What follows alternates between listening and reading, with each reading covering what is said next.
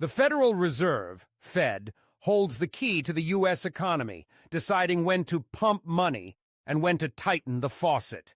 But who really controls the Fed, and why are they so important?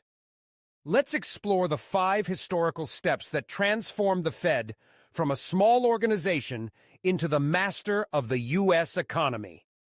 Born from the ruins.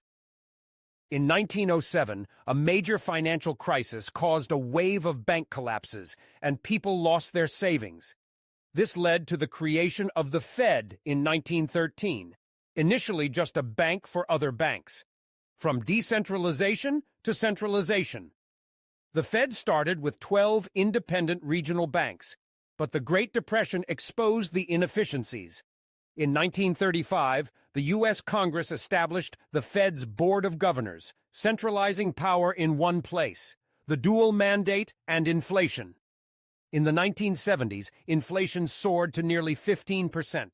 To address this, the Fed was given a dual mandate to control inflation and maintain maximum employment. Paul Volcker, the Fed chairman at the time, raised interest rates to nearly 20%. Causing an unemployment crisis, but also crushing inflation, ultimately leading to stability. The 2008 financial crisis and bailout.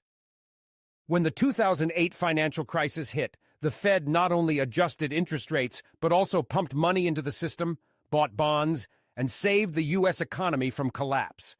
The COVID-19 pandemic and a strengthened role. The COVID-19 pandemic posed another challenge for the Fed. They implemented strategies like pumping money, supporting businesses, and maintaining economic stability. In conclusion, the Fed is not just a central bank. It is an indispensable power that controls the fate of the U.S. economy and has a global impact.